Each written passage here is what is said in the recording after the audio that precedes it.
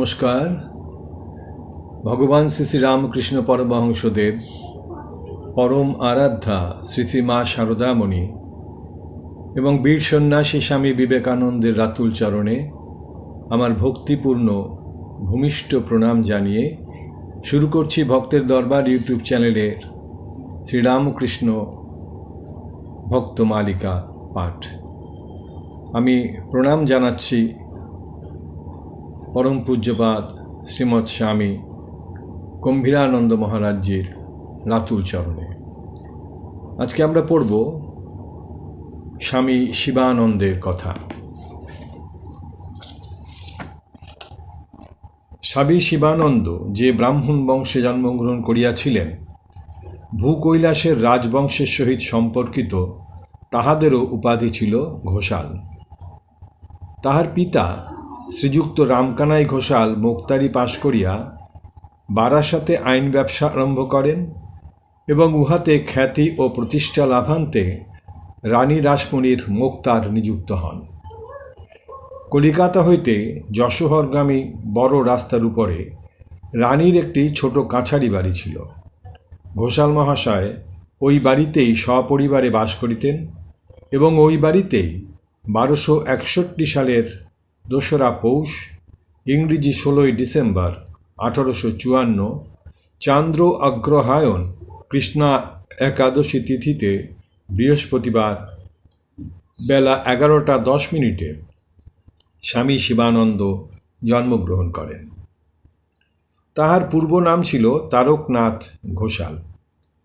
পিতা রামকানাই এবং মাতা বামা সুন্দরী অনেককাল পুত্রমুখ দর্শনে বঞ্চিত থাকায় তারকেশ্বরের মহাদেবের শরণাপন্ন হইয়া বৎসরাধিককাল ব্যাকুল মনে পুরশ্চরণ উপবাস ও প্রার্থনাদি করিতে থাকেন।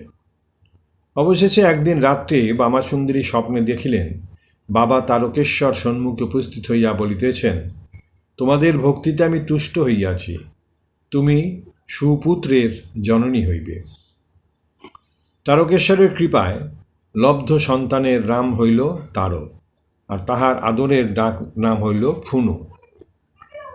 জ্যোতিষীরা জন্মপত্রিকা প্রস্তুত করিয়া জানাইলেন যে 25 বা 26 বৎসরে নবজাতকের সন্ন্যাস যোগ রহিয়াছে, আর যদি সে একান্তই গৃহে থাকে তবে রাজ সম্মানের অধিকারী হইবে। তারকের পিতা দেবীভক্ত ছিলেন। তিনি বাড়িতে তন্ত্রমতে পঞ্চমুণ্ডির আসন স্থাপনপূর্বক নিয়মিত উপাসনা করিতেন। প্রশস্ত তীর্থাদিতে বিশেষ পূজায় অনেকে আমন্ত্রিত হইয়া তাহার গৃহে প্রসাদ পাইতেন। দূরদেশ হইতে সাধকগণ আসিয়া কখনো কখনো ঘোষাল ভবনে আতিথ্য স্বীকার করিতেন। ঘোষাল মহাশয় একদিকে যেমন প্রচুর অর্থোপার্জন করিতেন, অপরদিকে তেমনি ব্যয় করিতেন মুক্ত হস্তে। তিনি বারাসাতের উচ্চ ইংরেজি বিদ্যালয়ের সেক্রেটারি ছিলেন এবং উক্ত বিদ্যালয়ের 25-30টি ছাত্রকে বাড়িতে প্রতিপালন করিতেন। তারকের গর্ভধারিণী বামাসুন্দরী দেবী খুবই ধর্মপ্রাণা ও লক্ষ্মী ছিলেন, আর দেখিতে ছিলেন অতি সুন্দরী। ছাত্রদের ও পরিবারের সকলের রন্ধনাদি তিনিই করিতেন। রামকানাই পাচক ব্রাহ্মণ রাখিতে চাহিলেও রাজি হইতেন না। তারক ওই 25-30টি ছেলেদেরই মতো প্রতিপালিত হইতেন। প্রতিবেশিনী কেহ যদি অভিযোগ করিতেন ছেলেটাকে একটু আদর যত্ন করছে না, তাহাতে মাতা উত্তর দিতেন, তার ছেলে আমার নয়, তিনি দয়া করে দিয়েছেন, তিনি ওকে দেখবেন। ভক্তিমতী জননী স্নেহপুত্তলী তারককে তারকনাথের হস্তে সঁপিয়া দিয়া নিশ্চিন্ত মনে দৈনন্দিন কর্মে মগ্ন থাকিতেন। কর্মোপলক্ষে ঘোষাল মহাশয় দক্ষিণেশ্বরেও যাইতেন এবং গঙ্গা স্নানান্তে লাল চেলি পরিয়া মায়ের মন্দিরে ধ্যান করিতেন। তাহার যেমন লম্বা চওড়া চেহারা, তেমনি গৌর বর্ণ, আর বুকটা সর্বদাই লাল। দেখিয়া মনে হইত যেন সাক্ষাৎ ভৈরব। সঙ্গে একজন গায়ক থাকিত। ধ্যানে মগ্ন থাকাকালে গায়ক পশ্চাতে বসিয়া দেহতত্ত্ব ও শ্যামা বিষয়ক গান গাহিত, আর ধ্যান নিরত সাধকের গণ্ড বাহিয়া অশ্রু ঝরিতে থাকিত। মন্দির হইতে তিনি যখন বাহির হইতেন তখন ভয়ে কেউ তাহার সম্মুখে আসিত না। দক্ষিণেশ্বরে যাতায়াতের সময় শ্রীরামকৃষ্ণের সহিত তাহার পরিচয় হয়। সাধনকালে ঠাকুরের যখন অসহ্য গাত্রোদ্দাহ উপস্থিত হয়, তখন ঘোষাল মহাশয় সমস্ত শুনিয়া ইষ্ট কবচ ধারণের পরামর্শ দেন। এই কবচ ধারণ করা অবধি ঠাকুরের গাত্রদাহ একেবারে কমিয়া যায়। সাধক পিতা ও ধর্মপ্রাণা জননীর একমাত্র আদরের দুলাল তারক ক্ষুদ্র শহরের গ্রামোচিত শ্যামল আবেষ্টনের মধ্যে মুক্ত আকাশের নিচে খেলিয়া বেড়াইতেন। বাবার বাক্স হইতে টাকা পয়সা লইয়া পুকুরের জলে ছিনিমিনি খেলিয়া হাততালি সহকারে নাচিতেন। তিনি জিলাপি খুব ভালোবাসিতেন। বাবা প্রিয়দর্শন বালকের জন্য থালার মতো বড় জিলাপি করাইয়া আনিতেন। জীবজন্তুর মধ্যে কুকুর ছিল তার বড় আদরের। রাত্রে শয়নকালেও সে হইত তাহার সাথী। গাজনের ছড়া ছিল তাহার মুখস্থ, আর গাজনের সন্ন্যাসীদিগকে পরাস্ত করা ছিল এক অদ্ভুত খেয়াল। তিনি রাস্তায় গণ্ডি টাঙিয়া ছড়া কাটিতেন, আর সন্ন্যাসীদের ঐরূপ গণ্ডি অতিক্রম করিতে নাই বলিয়া তাহাদিগকে পরাজয় স্বীকারপূর্বক কাকুতি মিনতি করিয়া নিস্তার পাইতে হইত। তাহার প্রাথমিক শিক্ষা আরম্ভ হইয়াছিল বারাসাত মিশনারি স্কুলে। সেখানে অল্পদিন অধ্যয়নের পর তিনি উচ্চ ইংরেজি বিদ্যালয়ে প্রবেশ করেন। কিন্তু মেধাবী হইলেও বালকের পাঠে মনোযোগ ছিল না। তিনি ছিলেন ভাবুক। শুনিয়া শুনিয়া তিনি অনেক ভজন গান শিখিয়াছিলেন। সুকণ্ঠ বালকের মুখে শ্যামা সঙ্গীত শ্রবণে অনেকে মুগ্ধ হইতেন। তারকের বয়স যখন প্রায় 9 বৎসর, তখন তাহার মাতৃবিয়োগ হয়। একটি 3 মাসের শিশু ভগ্নীকে রাখিয়া জননী পরলোক গমন করিলে 9 বৎসরের বালকের কোমল প্রাণে দারুণ আঘাত লাগিল এবং ভগ্নীটির লালন পালনে মনোনিবেশপূর্বক কথঞ্চিৎ ওই শোকের উপশম করিতে হইল। কয়েক বছর পরে পিতা আবার দ্বার পরিগ্রহ করিলে বিমাতাই মাতৃহীন ভগ্নীর লালন পালন ভার লইলেন। বামাসুন্দরী দেবী কিন্তু ছিলেন পরিবারের লক্ষ্মী। তাহার দেহত্যাগের পর ঘোষাল মহাশয়ের আয় অনেক কমিয়া গেল। অধিকন্তু দানপরায়ণ কানাইবাবু অর্থ সঞ্চয় করিতে পারেন নাই। সুতরাং পরিবারে ক্রমেই অর্থাভাব দেখা দিতে লাগিল। মাতৃক বিয়োগের পর তারকনাথ ছুটির সময়টা নিমতা গ্রামে বড় মামার নিকট কাটাইয়া আসিতেন। মামি তাহাকে বড়ই স্নেহ করিতেন। কখনো বা তিনি পৈতৃক গ্রামে বেড়াইতেও যাইতেন। এই গ্রামে ভাবী মহাপুরুষের ধ্যানপরায়ণ জীবন অনেকখানি পরিপুষ্ট হইয়াছিল। শান্ত পল্লীর দিঘির ধারে একান্তে বসিয়া তিনি উদাস মনে গান গাহিতেন, আর অনন্ত আকাশের পানে চাহিয়া কত কি ভাবিতেন। পল্লীর সৌন্দর্য, আকাশের অসীমতা আর প্রকৃতির নিস্তব্ধতা ভাবী মহাপুরুষের ধ্যানের খোরাক যোগাইত। তারকনাথের বয়স যখন 14 বৎসর, তখন ম্যালেরিয়ার কঠিন আক্রমণে জীবন সংশয় উপস্থিত হইয়াছিল।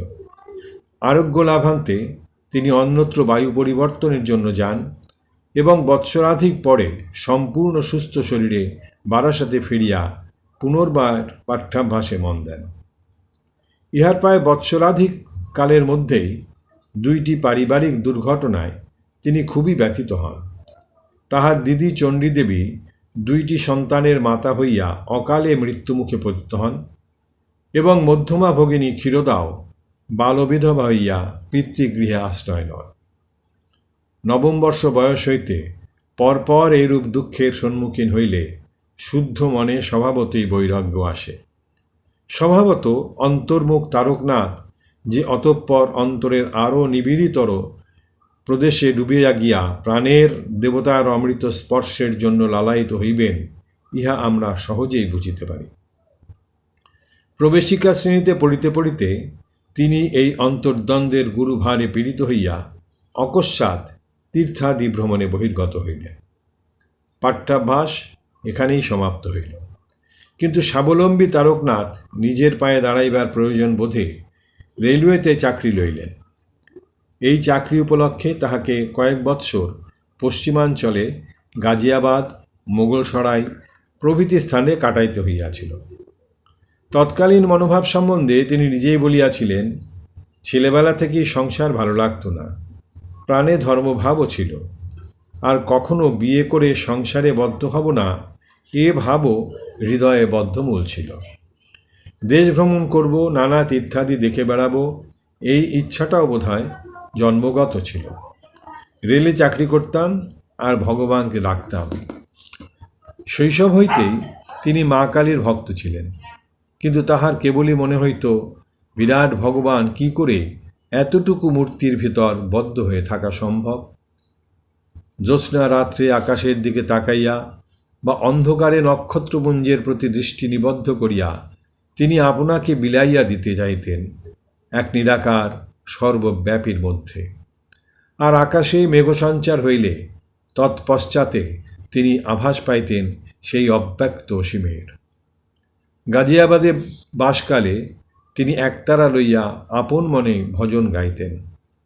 যে উচ্চপদস্থ রেল কর্মচারীর বাটিতে তিনি থাকিতেন, তিনি হঠাৎ মারা গেলে ভাবুক তারকনাথ মৃতের সৎকারান্তে গৃহে ফিরিয়া উদাস হৃদয়ে গাইতে লাগিলেন, দয়া ঘন তোমা হেন কে হিতকারী, সুখে দুঃখে সমবন্ধু এমনকে শোক তাপ বয়হারী ইত্যাদি। গানের নেশা যখন কাটিল তখন সবিস্ময়ে দেখিলেন শূন্য গৃহে তিনি একা, বাটির অপর সকলে অন্যত্র চলিয়া গিয়াছে। তারও অতঃপর যখন মুঘল সরাইয়াছিলেন তখনও নিভৃত চিন্তায় দিন কাটিত।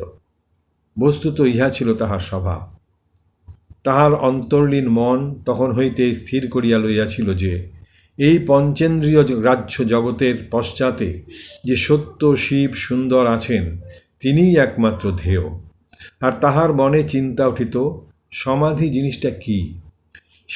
শিবের সমাধিমগ্ন মূর্তি, বুদ্ধদেবের ধ্যান মূর্তি তাহার খুব ভালো লাগিত। মোগল সরাইয়ে তাহার সঙ্গী প্রসন্নবাবু তারকের সমাধিস্প্রিয়া দেখিয়া একদিন বলিলেন যে সমাধি অতি দুর্লভ জিনিস, একমাত্র তেমন লোক আছেন দক্ষিণেশ্বরে, পরমহংসদেব, যাহার ঠিক ঠিক সমাধি হয়। শুনিয়া অবধি তারক সুযোগের অপেক্ষায় ছিলেন, কিন্তু সে সুযোগ আসিতে আরও 2.5 বৎসর কাটিয়া গেল। মন যখন এমনি ঊর্ধ্বগামী, তখনই আবার পিতার নিকট হইতে প্রস্তাব আসিল যে তাহাকে বিবাহ করিতে হইবে। বিবাহের প্রসঙ্গ পূর্বেও উঠিয়াছিল এবং তারক তাহা অনায়াসেই নিরাশ করিয়াছিলেন, কিন্তু এবারে প্রস্তাব উপস্থিত হইল একটা জটিল সমস্যার আকারে। সংসারের অসচ্ছলতার মধ্যে কন্যা নীরদার বিবাহের জন্য চিন্তান্বিত রামকানাইবাবু বাধ্য হইয়া বরপক্ষের এই প্রস্তাবে সম্মত হইলেন যে নীরদাকে যে উচ্চবংশে পাত্রস্থা করিবেন তারককেও তাহাদের এক কন্যার পাণিগ্রহণ করিতে হইবে। এই বিনিময় বিবাহ ভিন্ন উপায়ান্তর নাই দেখিয়া তারক অতীব দুশ্চিন্তায় পড়িলেন। এই মাতৃহীনা স্নেহের পুত্তলী ভগিনীটিকে তিনি কত আদরে লালন পালন করিয়াছিলেন, আজ কি তাহার প্রতি তাহার কোনো কর্তব্য নাই? গত্যন্তর না দেখিয়া তিনি সম্মত হইলেন এবং যথাকালে উভয় বিবাহই হইয়া গেল। ঘোষাল পরিবারে পুত্রবধূরূপে আসিলেন মহেশ্বরপুর গ্রামের পঞ্চানন চট্টোপাধ্যায় মহাশয়ের কন্যা সর্বসুলক্ষণা শ্রীমতী নিত্যকালী দেবী। ওই সময়ে ম্যাকেঞ্জির অফিসে একটি পদ খালি হইলে তারকনাথ বন্ধুগণের পরামর্শে ওই পদে যোগদানপূর্বক কলিকাতায় এক আত্মীয়ের বাটিতে আসিয়া উঠিলেন। বাটিটি কেশব সেনের লিলি কটেজের নিকটে অবস্থিত থাকায় তারকনাথ নিয়মিতভাবে ব্রাহ্ম সমাজে যাতায়াত করিতেন এবং উপাসনাদিতে যোগ দিতেন। সমাজের বিধিবদ্ধ উপাসনায় কিন্তু তিনি তৃপ্ত হইতেন না, তাহার মনে হইত উহা একান্তই অগভীর।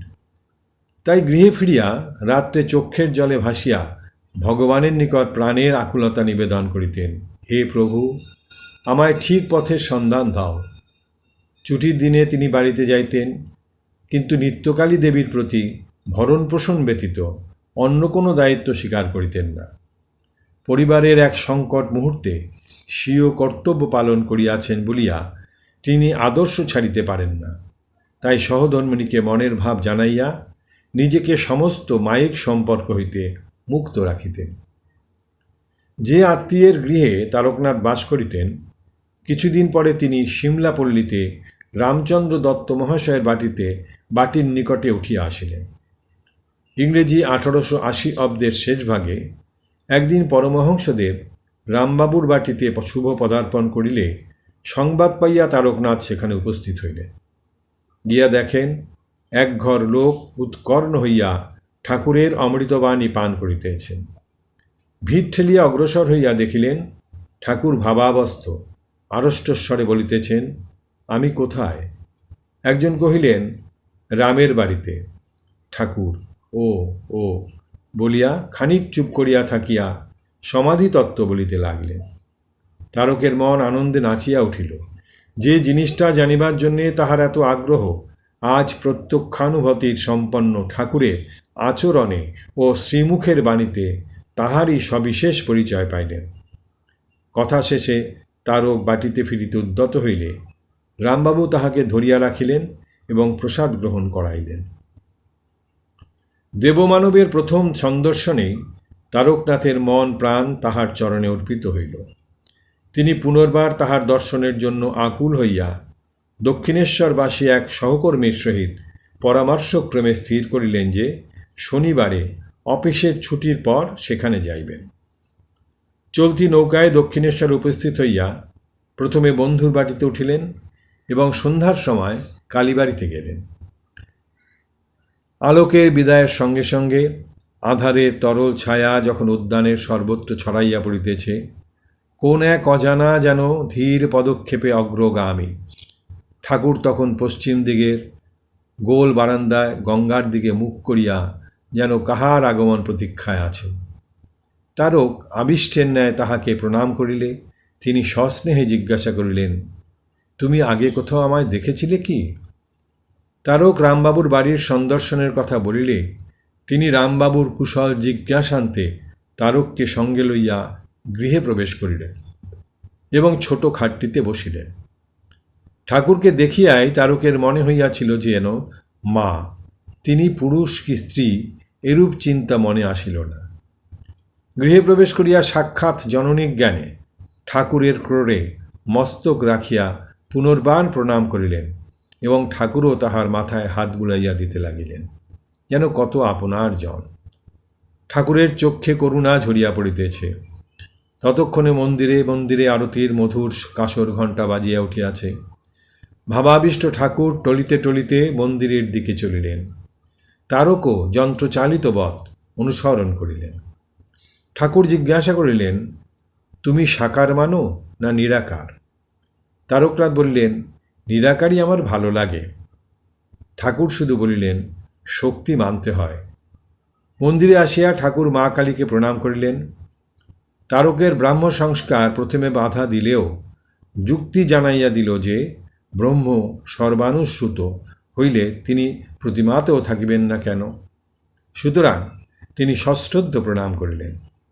প্রণামান্তে ঠাকুর স্বগৃহে ফিরিলেন। অনন্তর বিদায় গ্রহণকালে তারক সেই রাত্রি ওই স্থানেই যাপন করিতে আদিষ্ট হইয়া বলিলেন যে পূর্ব হইতেই বন্ধুগৃহে থাকার ব্যবস্থা হইয়া গিয়াছে। ঠাকুর তখন প্রসন্ন মুখে অনুমোদন করিলেন, কথা রাখতে হয়, সত্য কথা কলির তপস্যা।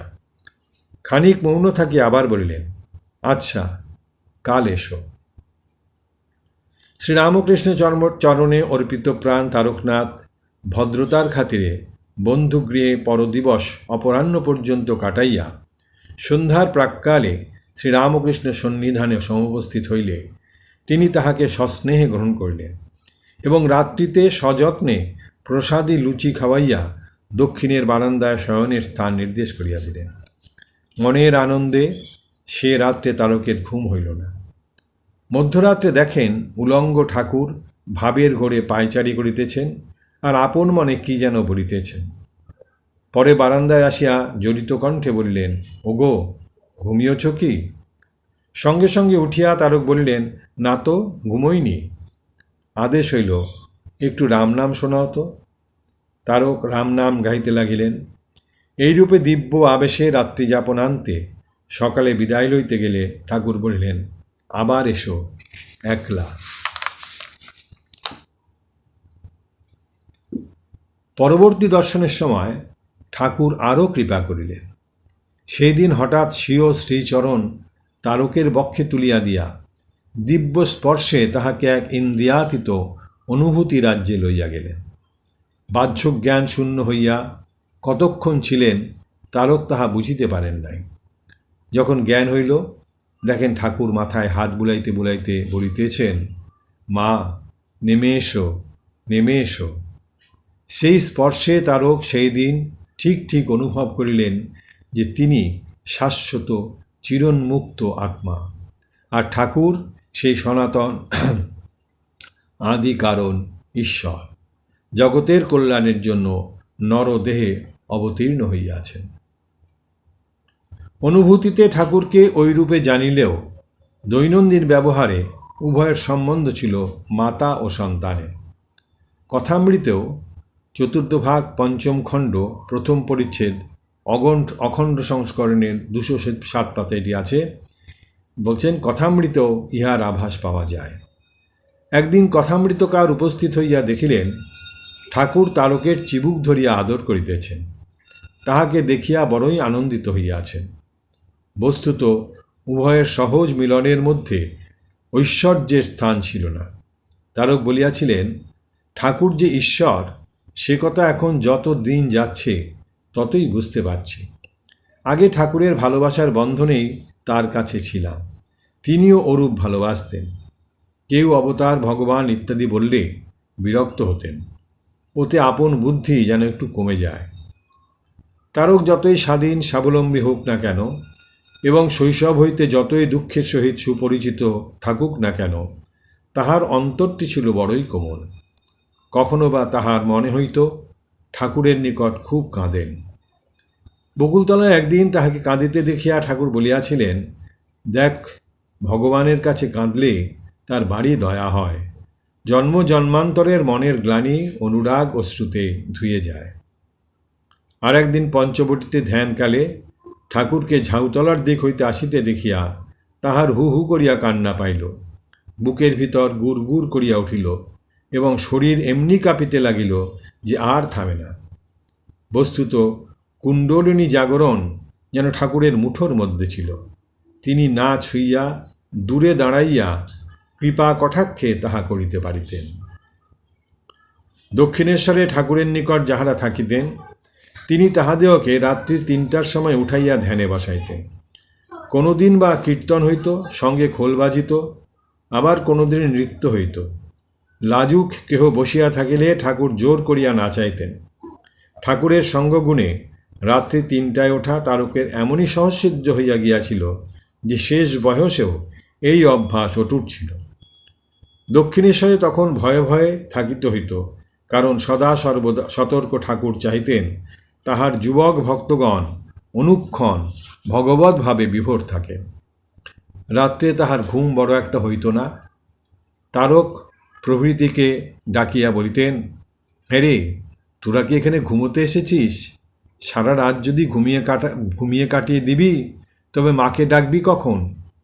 সমাগত ভক্তদের অনেকেরই ভাব হইতেছে দেখিয়া তারক একদিন ঠাকুরকে ভাব সমাধির জন্য ধরিয়া বসিলেন।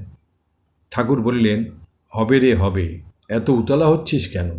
মা কৃপা করে সময়ে সব দেবেন। তবে তোর মূর্তি দর্শন এখন হবে না, পরে হবে, তোর ঘর আলাদা। তারপর একদিন ঠাকুর অঙ্গুলির দ্বারা তাহার জিহ্বার কি যেন লিখিয়া দিলেন। অমনি তারকের বাহ্যক জ্ঞান লোপ হইল। অনেকক্ষণ পরে ঠাকুর ধীরে ধীরে বুকে হাত বুলাইয়া জ্ঞান ফিরাইয়া আনিলেন এবং সস্নেহে মিষ্টান্নাদি খাইতে দিয়া সাধন সম্বন্ধে উপদেশ দিলেন। সেই ভাবের নেশা তাহার অনেক দিন ছিল। সাধন ভজন ছাড়া অপরাপর বিবিধ বিষয়েও ঠাকুরের উপদেশ দিতেন। তারক গঙ্গাতেই শৌচাদি করেন শুনিয়া একদিন বলিয়াছিলেন, সে কি গো, গঙ্গা বাড়ি ব্রহ্মবাড়ি, ওতে কি শৌচ করতে আছে? আর একদিন বলিয়াছিলেন যে সাধু দর্শনে শুধু হাতে যাইতে নাই, অন্তত 1 পয়সার পান লইয়া যাইতে হয়।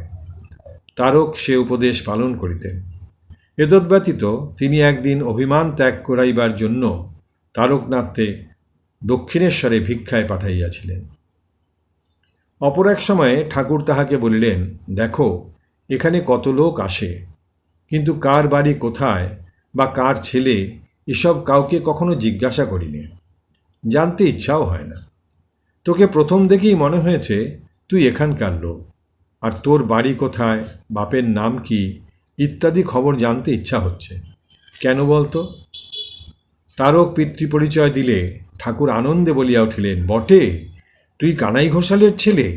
তাই তো বলি, মা কেন তোর বাড়ির খবর নেবার জন্যে ইচ্ছা জাগিয়ে দিয়েছিলেন। তাকে একবার আসতে বলিস তো। তারকনাথ বাবাকে ঠাকুরের অভিপ্রায় জানাইলে তিনি হৃষ্টচিত্তে দক্ষিণেশ্বরে আসেন। অমনি ভাবস্থ ঠাকুর তাহার স্কন্ধে একখানি চরণ তুলিয়া দেন এবং ঘোষাল মহাশয় আর্থিক সচ্ছলতা প্রার্থনা করেন। উত্তরে ঠাকুর বলেন, মার ইচ্ছা হলে তাই হবে। তারকের মনের অন্তঃস্থলে তখন এক শরীর গভীর আলোড়ন চলিতেছে। তিনি বিবাহিত, স্ত্রীর ভরণপোষণের জন্য ধর্মত দায়ী, অথচ মন এই স্বভাববিরুদ্ধ কৃত্রিম জীবনে সম্পূর্ণ বিততৃষ্ণ। কাজ করিতে করিতে অসহনীয় প্রাণের আবেগে চক্ষের ধারা নির্গত হয়। কাগজপত্র ইতস্তত ফেলিয়া রাখিয়া অকস্মাৎ নৌকাযোগে তিনি ছুটেন দক্ষিণেশ্বরে। সুযোগ বুঝিয়া তারকনাথ একদিন স্বীয় বিবাহ ও অন্তর্বিপ্লবের কথা ঠাকুরের নিকট নিবেদন করিলে তিনি বললেন, ভয় কি রে, আমি আছি।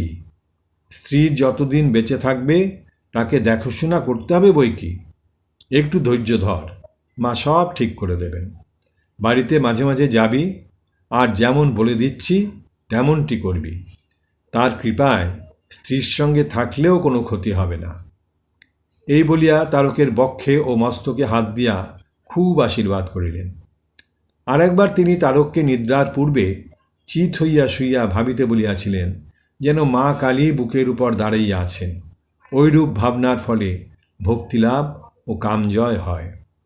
অন্য সময়ে ঠাকুর তারকের মনে স্বীয় মাতৃভাবের ছাপও দৃঢ় অঙ্কিত করিয়া দিয়াছিলেন। দক্ষিণেশ্বরের নহবতে শ্রী শ্রী মায়ের অবস্থানকালে একদিন বলিয়াছিলেন, ওই যে মন্দিরে মা রয়েছেন আর ওই নহবতের মা অভেদ। স্বভাবত সংযমশীল তারকনাথ তখন হইতে আপনাকে দেবরক্ষিত জানিয়া নির্ভয় হইলেন। তিনি প্রয়োজনানুসারে বাটিতে যাইতেন এবং স্ত্রী অসুস্থ হইলে তাহার সেবা শুশ্রূষাদির ব্যবস্থা করিতেন, কিন্তু নিজে সর্বদা অনাসক্ত থাকিতেন। পরবর্তীকালে এই সকল কথা উল্লেখ করিয়া তিনি রোমারোলাকে লিখিয়াছিলেন যে জীবনে তিনি কখনো স্ত্রীর সহিত এক শয্যায় শয়ন করেন নাই। আশ্চর্য গুরু আর আশ্চর্য তাহার শিষ্য। তারকনাথ দেখেন আর শিখেন, কিন্তু ঠাকুরের তীক্ষ্ণ দৃষ্টি রহিয়াছে, যাহাতে তিনি নির্বিচারে যাহার তাহার অনুকরণ না করেন। একসময় কথামৃতকারের দৃষ্টান্তে তিনি ঠাকুরের কথা টুকিয়া রাখিতে আরম্ভ করেন। এই কাজের সুবিধার জন্য একদিন নিবিষ্ট মনে ঠাকুরের দিকে তাকাইয়া সব কথা ভালো করিয়া শুনিতেছেন। এমন সময় ঠাকুর হঠাৎ বলিলেন, কিরে, অমন করে কি শুনছিস? অপ্রস্তুত হইয়া তারক নিরুত্তর রহিলেন। ঠাকুর বলিলেন, তোর ওসব কিছু করতে হবে না, তোদের জীবন আলাদা। সেদিন হইতে লিখার সংকল্প নষ্ট হইল এবং যাহা লেখা হইয়াছিল তাহাও গঙ্গা গর্ভে স্থান পাইল। এই জাতীয় ঘটনা তাহার জীবনে আরও ঘটিয়াছিল। একবার দক্ষিণেশ্বরে এক বৈষ্ণব সাধু আসেন। তাহাদের সম্প্রদায় রাধা মানেন না, কৃষ্ণ মানেন। সাধুটির ইচ্ছা ছিল যে তারক প্রভৃতি যুবকেরা তাহার নিকট যান, কিন্তু ঠাকুর বলিলেন, ওদের মত ভালো হতে পারে, তবে আমার প্রাণের মত নয়। ভগবানের লীলা চাই। সুতরাং তারকের সেখানে যাওয়া বন্ধ হইল। তারকের রামবাবুর বাড়িতে থাকাকালে নিত্যগোপালও সেখানে ছিলেন। ঠাকুর নিত্যগোপালের ভগবৎ প্রেমে ভাবাবস্থাদির প্রশংসা করিতেন, কিন্তু তারককে সাবধান করিয়া দিলেন, দেখ তারক, নিত্যগোপালের সঙ্গে বেশি মিশিসনি, ওর ভাব আলাদা, ও এখানকার লোক নয়। নিত্যগোপালের সঙ্গে ভদ্রাতিসারে ভদ্রতা হিসেবে যতটুকু মেশা প্রয়োজন তদাতিরিক্ত আলাপাদি সেই দিন হইতে বন্ধ হইল। ঠাকুরের সেবার জন্য তারক সর্বদাই প্রস্তুত ছিলেন এবং সুযোগও খুঁজিয়া বেড়াইতেন। তিনি পরে বলিয়াছিলেন, কি ভাগ্যবানী আমরা, পান সেজে তামাক সেজে খাইয়েছি, তার সেবা করেছি, আদর ভালোবাসা কত পেয়েছি। ঠাকুর কিন্তু সর্বপ্রকার সেবা এই সেবকটির হাতে লইতে প্রস্তুত ছিলেন না। তিনি ঝাউতলার দিকে গেলে উপস্থিত কেহ গাড়ু লইয়া যাইতেন। একদিন অন্যের অনুপস্থিতিতে তারুকই গাড়ুটি লইয়া চলিলেন। ফিরিবার পথে ঠাকুর যখন দেখিলেন যে তারক গাড়ুটি আনিয়াছেন, তখন বলিলেন, তুই কেন জলের গাড়ুটা আনলি? তোর জল আমি কেমন করে নেব? তোর সেবা কি আমি নিতে পারি? তোর বাবাকে যে আমি গুরুর মতো শ্রদ্ধা করি। ক্রমে তারকের বৈরাগ্য বৃদ্ধি হওয়ায় একদিন তিনি বাড়িতে গিয়া নিত্যকালী দেবীকে জানাইলেন যে আর তাহার সংসারে থাকা অসম্ভব, তবে তিনি তাহার ভরণ পোষণের ব্যবস্থা করিবেন। বস্তুত ওই জন্য তিনি ইতিমধ্যেই কিছু টাকা সঞ্চয় করিয়া রাখিয়াছিলেন, কিন্তু সে অর্থ তাহাকে ব্যয় করিতে হয় নাই। ইহার কিছুকাল পরেই নিত্যকালী রোগগ্রস্ত হইয়া ইহলোক হইতে চলিয়া যান। পত্নীর মৃত্যুর পর সংসারের বন্ধন সম্পূর্ণ দূর হওয়ায় তারক পিতার নিকট বিদায় লইতে গেলেন। পিতা সেই নিদারুণ কথা শুনিয়া অশ্রুজলে ভাসিতে লাগিলেন, কিন্তু বাধা না দিয়া গৃহদেবতাকে প্রণাম করিয়া আসিতে বলিলেন এবং অতঃপর মাথায় হাত রাখিয়া আশীর্বাদ করিলেন, তোমার ভগবান লাভ হোক। আমি নিজে অনেক চিন্তা করেছি, সংসার ছাড়বারও চেষ্টা করেছিলাম, কিন্তু পারিনি। তাই তোমাকে আশীর্বাদ করছি, তোমার ভগবান লাভ হোক। পিতার অনুমতি ও আশীর্বাদ লইয়া সংসার ত্যাগ বড়ই বিরল। তারকের সে সৌভাগ্য লাভ হইয়াছে শুনিয়া ঠাকুর বলিয়াছিলেন, খুব ভালো হয়েছে। ইহা অনুমান 1883 খ্রিস্টাব্দের শেষ ভাগের কথা। সদ্য বন্ধনমুক্ত সন্ন্যাসী তারকনাথ কিছুদিন দক্ষিণেশ্বরে ঠাকুরের নিকট বাস করিলেন। অনন্তর একদিন ভক্তপ্রবর রামচন্দ্র দত্তকে ঠাকুর বলিলেন, দেখো রাম, এই তারক তোমাদের বাড়িতে থাকবে। ও সর্বদা এখানকার ভক্তদের সঙ্গে বাস করতে বড়ই উৎসুক হয়েছে। আর তারককে বলিলেন, দেখ, তুই ব্রাহ্মণের ছেলে, তাদের অন্নটা খাসনি, আর সব খাবি। তারক রামবাবুর বাড়িতে স্বপাক খাইয়া ভগবানের স্মরণ মননে কালাতিপাত করিতেন। ক্ষুদ্র প্রকোষ্ঠে ভূমিসজ্জায় এক আহারে সেই কঠোর তপস্যা লিখিয়া বুঝাইবার নহে। তিনি নিজে বলিয়াছিলেন, অধিকাংশ দিনই একাহার, তাও হবিষ্যান্ন। কখনো বা আলু বেগুন বা যা হয় কিছু পুড়িয়ে তা দিয়ে দুটি খেয়ে নিতাম।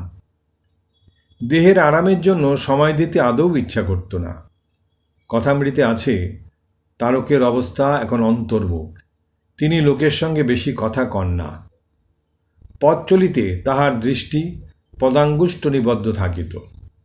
একদিন ওইভাবে গঙ্গা স্নানে যাইতেছেন, এমন সময় এক পরিচিত ভদ্রলোক কথা বলিবার জন্যে পশ্চাৎভাগ হইতে অগ্রসর হইলেন এবং নাম ধরিয়াও ডাকিলেন। তারকের কিন্তু হুঁশ নাই, আপন মনে চলিয়া গেলেন।